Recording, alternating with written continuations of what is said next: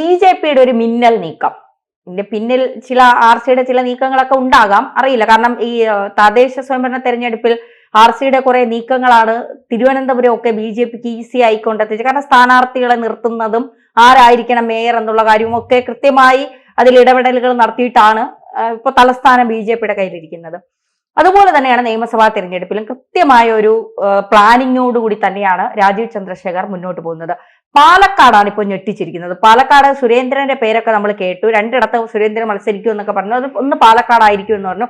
പാലക്കാട് ബി.ജെ.പിക്ക് വലിയ പേരുള്ള ഒരു മണ്ണാണ്. പാലക്കാട് കഴിഞ്ഞ തവണ ബി.ജെ.പിയുടെ അകത്തുള്ള ഉൾപോരുകളും ഒക്കെയാണ് ബി.ജെ.പിയെ തകർത്തടിഞ്ഞത് പാലക്കാട് എന്ന് പറയാതിരിക്കാൻ കഴിയില്ല. ഇത്തവണ അതിൽ നിന്നൊക്കെ വിപരീതമായി പാലക്കാടെ ബി.ജെ.പിയെ സ്നേഹിക്കുന്ന ജനങ്ങൾക്ക് സ്വീകാര്യയായ ഒരു നേതാവിനെ തന്നെ അവിടെ നിർത്തണം. അതിലൂടെ മാത്രമേ പാലക്കാട് ബി.ജെ.പിക്ക് പിടിച്ചെടുക്കാൻ കഴിയൂ എന്ന് രാജീവ് ചന്ദ്രശേഖർ ചിന്തിക്കുന്നുണ്ട്. അതാണോ നമ്മൾ പാലക്കാട് കാണാൻ പോകുന്നത്? പാലക്കാട് ബി.ജെ.പിയുടെ സ്ഥാനാർത്ഥി ശോഭാ സുരേന്ദ്രൻ വരുമെന്നാണ് പറയുന്നത്. പലയിടത്തും ഈ ശോഭാ സുരേന്ദ്രൻ എത്തുന്നതിനോട് ബി.ജെ.പിയുടെ സാധാരണക്കാർക്ക് താല്പര്യം, ശോഭ വരട്ടെ എന്ന് പറയും. അവർ പുള്ളിങ് കാൻഡിഡേറ്റ് ആണ്. അവര് നമ്മൾ പലപ്പോഴും ഈ പാർട്ടിക്കകത്ത് പുള്ളിങ് കാൻഡിഡേറ്റ്സ് എന്ന് പറയും. നമുക്ക് അതിന് ഉദാഹരണം കോൺഗ്രസിനകത്തൊരു പുള്ളിങ് കാൻഡിഡേറ്റ് ഷാഫി പറമ്പ്. കാരണം ഇവൻ ചെന്ന് കഴിയുമ്പോഴത്തേന് ഇവന്റെ പുറകിൽ ജനം കൂടും. അദ്ദേഹത്തെ ഒരു പുള്ളിങ് കാൻഡിഡേറ്റ് ആയിരുന്നു ഒരു പരിധി വരെ മാങ്കൂട്ടം ഇപ്പൊ പുള്ളി ചെയ്ത് അകത്ത് കിടക്കുക. മനസ്സിലായില്ലേ? പുള്ളിങ് കൂടി പോയി അകത്ത് കിടക്കുക. അപ്പം ഇതുപോലെ തന്നെ ശോഭ നിങ്ങൾ ശ്രദ്ധിച്ചാൽ മതി. ശോഭ ഒരു അതും പെണ്ണുങ്ങളാണ്, പെണ്ണുങ്ങൾക്ക് അതിനുള്ള കഴിവ് ഭയങ്കര. ശോഭ എവിടെ ഇറങ്ങി ഇപ്പൊ ഇങ്ങോട്ട് വന്നിട്ട് ഈ ടൗണിലോട്ട് ഇറങ്ങിട്ട് ശോഭയുടെ കൂടെ ആള് പോകും. അത് പാർട്ടിക്ക് അപ്പുറം ആള് പോകും. അത് അവരില്ലാത്ത കഴിവ്, അതൊരു മാസ്മരികത എന്ന് പറയും. അപ്പൊ അവര് നിൽക്കുന്നിടത്ത് അവരുടെ ഒരു ഗുണമെന്ന് പറഞ്ഞാൽ ഇവരെത്ര കാണുമ്പോഴും ഇവരെ നമ്മൾ മനസ്സിലാക്കിയെടുത്തോളം ഇവർ ഇറങ്ങി നിന്ന് സംസാരിച്ചാൽ അവരുടെ കൂടെ ജനം കൂടും. അപ്പം ഇവർ ചെല്ലുന്നിടത്ത് ബി.ജെ.പി ഇവരെ എവിടെ സ്ഥാനാർത്ഥിയാക്കുന്നോ അവിടെ അടുത്ത പ്രാവശ്യം ആ സീറ്റ് ഫസ്റ്റ് ക്ലാസ് സീറ്റാവും. കാരണം ബി.ജെ.പിക്ക് ഉദ്ദേശിക്കുന്നതിനപ്പുറം അല്ലെങ്കിൽ ജയിക്കാൻ സാധ്യതയുള്ള അവസ്ഥയിലേക്ക് സീറ്റുകളുടെ എണ്ണം അല്ലെങ്കിൽ വോട്ടുകളുടെ എണ്ണം കൂടുക. മനസ്സിലാവുന്നു? ജയിച്ചില്ലയോ ജയിച്ചു എന്ന് വെച്ചാൽ എതിർ സ്ഥാനാർത്ഥി ജയിക്കുന്നത് വളരെ പ്രയാസപ്പെട്ടായിരിക്കും, തുച്ഛമായ രീതിയിലായിരിക്കും. വേണമെങ്കിൽ അടുത്ത പ്രാവശ്യം ബി.ജെ.പിക്ക് ജയിക്കുക. അതാണ് ഫസ്റ്റ് ക്ലാസ് മണ്ഡലത്തിലേക്ക് കൊണ്ടുപോകുന്നത്. അപ്പൊ ആ രീതിയിലേക്ക് നമ്മൾ കണ്ടില്ലേ, എവിടെ നിന്ന് കഴക്കൂട്ടത്ത് അല്ലെങ്കിൽ തിരുവനന്തപുരത്ത് മത്സരിച്ചില്ല, ആറ്റിങ്ങൽ മത്സരിച്ചു.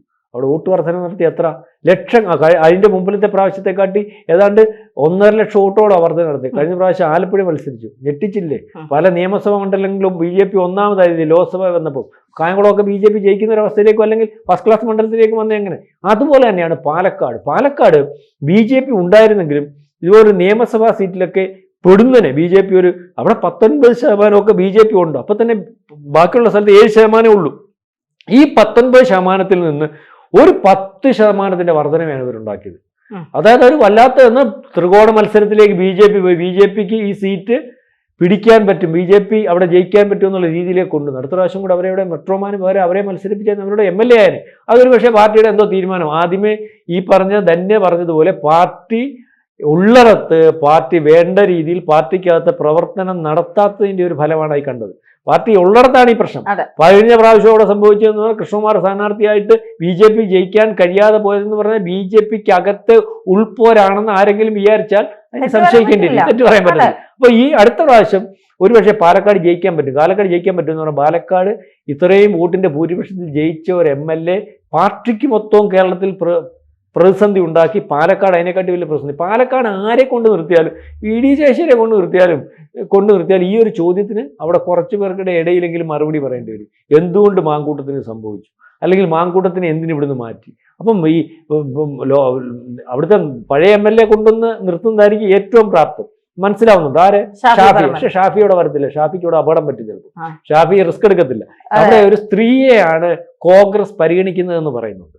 ഒരു സ്ത്രീയെ പരിഗണിക്കുമ്പോൾ ഏതാളെ പരിഗണിച്ചാലും അതിനെ മറികടക്കാൻ പറ്റുന്ന കാൻഡിഡേറ്റ് തന്നെയാണ് ശോഭാ സുരേന്ദ്രൻ അവിടെ ഇറങ്ങിയാൽ അവർ ഈ മാങ്കൂട്ടത്തിനെ എടുത്ത്, കാരണം അവിടെ കോൺഗ്രസിന് വലിയ വേരുള്ള മണ്ണാണെന്ന് പറഞ്ഞുകൊണ്ട് പല സ്ത്രീകളും വട്ടവിട്ട് കറങ്ങുന്നുണ്ട്. രാഹുലിനെ 10 ചീത്ത വിളിച്ചിട്ട് അവിടെ ഇറങ്ങിയാൽ ജയിക്കും എന്നുള്ള ഒരു വിശ്വാസത്തിന് പുറത്ത്. പക്ഷെ അത് വലിയ രീതിയിൽ ഫലവത്താവുമെന്ന് തോന്നുന്നില്ല. കാരണം രാഹുൽ എന്ന ആളെക്കാളും കുറച്ചുകൂടി ആളുകൾ ആ പാർട്ടിയാണ്, കോൺഗ്രസിലെ ആളാണ് എന്നുള്ള ഒരു രീതി വരും. അങ്ങനെയാണെങ്കിൽ പിന്നെ രാഹുലിന് അനുകൂലമായ ഒരു തരംഗവും ഒരു പരിധി വരെ പാലക്കാടുണ്ട്. അതുകൊണ്ട് രാഹുലിനെ എന്തായാലും മത്സര രംഗത്തേക്ക് ഇറക്കില്ല എങ്കിലും ഈ ചില രാഹുലിനെ 10 പറഞ്ഞ് ജനശ്രദ്ധ പിടിച്ചു പറ്റാൻ നിൽക്കുന്ന കുറച്ച് ആളുകളുണ്ട്. അവരിൽ ആരെങ്കിലും നിർത്തിയാൽ പോലും കോൺഗ്രസ് ഇത്തവണ ബാലികേറ മലയായിരിക്കും. കോൺഗ്രസ് ഇപ്പൊ ധന്യ പറഞ്ഞ ഒരു കാര്യമുണ്ട്, കോൺഗ്രസ് ഇപ്രാവശ്യം അവിടെ ജയിക്കത്തില്ല എന്ന് പറഞ്ഞാൽ 2 എഫക്ട് ഉണ്ട്. ഈ രാഹുലിന് അനുകൂലമായിട്ടുള്ള ഒരു ഫാക്ടർ ഉണ്ട്. ഈ ഫാക്ടർ വോട്ട് അപ്പുറത്ത് പോകും, എവിടെയാണ് ജയിക്കുന്ന ഭാഗത്തോട്ട് പോകും. രാഹുലിന് എതിരായിട്ടുള്ള ഫാക്ടർ ഉണ്ട്. ഈ 2 ഫാക്ടർ വോട്ടും ഈ പ്രാവശ്യം അവിടെ കോൺഗ്രസിന് ദോഷം ചെയ്യും. മനസ്സിലാവുന്നുണ്ടോ? അപ്പൊ കാൻഡിഡേറ്റ് ആയിട്ട് വന്നാൽ വേണ്ട ഇവനെ ഈ പ്രാവശ്യമെങ്കിലും ജയിപ്പിക്കാതെ വിട്ടില്ലേ ശരിയാവത്തില്ല. ഇവനെയൊക്കെ ജയിപ്പിച്ചു വിട്ടവന്റെ തൊഴിലില്ലേ, ആ വോട്ടും പോകും. അതിന് രാഹുലിനെ എന്തുകൊണ്ട് നിർത്തിയില്ല? ചില ആൾക്കാരെങ്കിലും വിചാരിക്കുന്നുണ്ട് രാഹുലിനെ ഇത്രയും പീഡിപ്പിക്കേണ്ട കാര്യമുണ്ട്, ഇതിനകത്ത് ഇരിക്കുന്ന മറ്റേ ആൾക്കാരൊക്കെ അത്ര സംശുദ്ധ രാഷ്ട്രീയത്തിന്റെ ആൾക്കാരാണോ, അല്ലെങ്കിൽ രാഹുലിനെ ഇതിന്റെ ഇങ്ങനെ അങ്ങ് വരേണ്ട കാര്യത്തിൽ എന്തെങ്കിലും ആരൊക്കെ ഇതിന്റെ പുറകിലുണ്ടല്ലോ എന്നുള്ള രീതി ആ വോട്ടും കോൺഗ്രസിന്റെ വേറെ ക്യാൻഡിഡേറ്റിന് കിട്ടത്തില്ല. അപ്പം അവിടെ 3ാം സ്ഥാനത്ത് വളരെ ദൂരത്തിലാണ് CPM നിൽക്കുന്നത്. ആ CPM അവിടെ നേരത്തെ ജയിച്ചിട്ടുണ്ടെങ്കിൽ പോലും 1ാം സ്ഥാനത്തേക്ക് ഓടിയെത്താൻ ശക്തമായ BJP ഉള്ളപ്പോൾ സാധ്യത കുറവാണ്. അതുകൊണ്ട് തന്നെ അവിടെ BJP ജയിക്കാനുള്ള സാധ്യത ഏറ്റവും കൂടുതലാണ്. ഇപ്പം നരേന്ദ്രമോദി ഡൽഹിയിൽ വിളിച്ചിട്ട് അവിടെ പറഞ്ഞതാണ് സോഷ്യൽ എഞ്ചിനീയറിംഗ്, സ്ഥാനാർത്ഥി നിർണയം, അല്ലെങ്കിൽ ജയിക്കാനുള്ള ഏതറ്റം വരെയുള്ള പോക്ക്, ആ പോക്ക് മാക്സിമം പ്രയോജനപ്പെടുത്തി തിരുവനന്തപുരം മാതൃകയാക്കണം കേരളം മൊത്തം എന്ന്. അപ്പൊ ആ രീതിയിലേക്ക് ഇപ്പൊ സ്ഥാനാർത്ഥികളെ ഏകദേശം അങ്ങനെ തീരുമാനിച്ചിട്ടുണ്ട്. ആ രീതിയിലേക്ക് സ്ഥാനാർത്ഥികളെ തീരുമാനിച്ച കൂട്ടത്തിൽ തന്നെയാണ് പാലക്കാട്ടെ സ്ഥാനാർത്ഥി നമ്മൾ വിചാരിക്കേണ്ടി വരും. അതുപോലെ ഷോണിനെ നമ്മൾ ഈ പറഞ്ഞ പാലയെ തീരുമാനിക്കുന്നു, കഴക്കൂട്ടത്ത് മുരളീധരനെ തീരുമാനിക്കുന്നു, നേമത്ത് RCയെ തീരുമാനിക്കുന്നു, വട്ടിയൂർക്കാവിൽ ശ്രീലേഖയെ തീരുമാനിക്കുന്നു, നോബൽ മാത്യുവിനെ തിരുവല്ലയെ തീരുമാനിക്കുന്നു. അങ്ങനെ അല്ലെങ്കിൽ കൊല്ലത്ത് ഇങ്ങനെ സ്ഥാനാർത്ഥികളെ ഏറ്റവും പ്രോംപ്റ്റ് ആയിട്ടുള്ള സ്ഥാനാർത്ഥികൾ, ഏറ്റവും നല്ല സ്ഥാനാർത്ഥികൾ, അല്ലെങ്കിൽ ഏറ്റവും ജയിക്കുന്ന സാധ്യതയുള്ള സ്ഥാനാർത്ഥികൾ. അതിനകത്ത് പാലക്കാട് ഒരുപക്ഷെ BJP MLA ആയിട്ട് ശോഭാ സുരേന്ദ്രൻ അവിടെ സ്ഥാനാർത്ഥി ആയാൽ അല്ലെങ്കിൽ ആയിരിക്കുന്നു എന്നുള്ള രീതിയിലേക്കാണ് കാര്യങ്ങൾ. ഔദ്യോഗിക പ്രഖ്യാപനം വന്നിട്ടില്ലെന്നേ ഉള്ളൂ, അവർക്ക് അതിന് താല്പര്യമുണ്ട്. അപ്പോൾ ആ രീതിയിലെ കാര്യങ്ങൾ ഉരുത്തിരിഞ്ഞ് അവിടെ ജയിക്കാനുള്ള സാധ്യത പാലക്കാട് കൂടുതലാണ്. എങ്ങനെ ജനം വോട്ട് ചെയ്യാൻ തയ്യാറാണ്, മറിച്ച് വോട്ട് ചെയ്യാൻ BJP തയ്യാറായില്ലെങ്കിൽ അവിടെ പാലക്കാട് MLA ഉണ്ടാകും. അതെ, പാലക്കാടെ സംബന്ധിച്ചിടത്തോളം ഈ കസേര കൊടുക്കാത്തതിന്റെ പേരിലല്ല സന്ദീപ് വാര്യർ വരെ ഇറങ്ങിപ്പോയത്. അവർക്ക് താല്പര്യമുള്ള കാൻഡിഡേറ്റിനെ നിർത്തിയില്ല എന്നുള്ളതാണ്, അതൊരു യാഥാർത്ഥ്യം തന്നെയാണ്. പക്ഷേ അത് കൃത്യമായി വിളിച്ചു പറയാൻ കഴിയാത്തത് കൊണ്ടാണ് കസേരയുടെ പേരൊക്കെ പറഞ്ഞു പോയത്. അന്നും ശോഭാ സുരേന്ദ്രന്റെ പേര് വലിയ രീതിയിൽ ഉയർന്നു കേട്ടതാണ്. പക്ഷേ അന്നും ഇതുപോലെ ഗ്രൂപ്പിസങ്ങളും ശോഭയോടുള്ള, പലപ്പോഴും ശോഭയോട് പാർട്ടിക്കകത്ത് തന്നെ പലർക്കും താല്പര്യക്കുറവുള്ളതുപോലെ തോന്നിയിട്ടുണ്ട്. ഇത്തവണ അത്തരത്തിൽ ഏതെങ്കിലും, ഇപ്പോൾ RC എന്ന് പറയുന്നത് വലിയ രീതിയിലുള്ള ആർക്കും പെട്ടെന്ന് കയറി സ്വാധീനിക്കാൻ പറ്റുന്ന ഒരാളൊന്നുമല്ല. കൃത്യമായ രാഷ്ട്രീയ ബോധമുള്ള BJP വളർത്തണം എന്ന് ആഗ്രഹിക്കുന്ന ഒരു സംസ്ഥാന അധ്യക്ഷനാണ് അദ്ദേഹം. ഇപ്പോൾ ഉൾപ്പോരുകളോ അല്ലെങ്കിൽ ഈ എല്ലാ സമവാക്യങ്ങളെയും തിരുത്തി കുറിക്കുന്ന ഒരാളാണ് രാജീവ് ചന്ദ്രശേഖർ എന്ന് പറയുന്നത്. അപ്പോൾ അത്തരത്തിലൊരു ഇത്തവണയും ശോഭയെ മാറ്റി നിർത്താം എന്നൊരു നിലപാട് സ്വീകരിച്ചാൽ അതിൽ RC വഴങ്ങുമോ?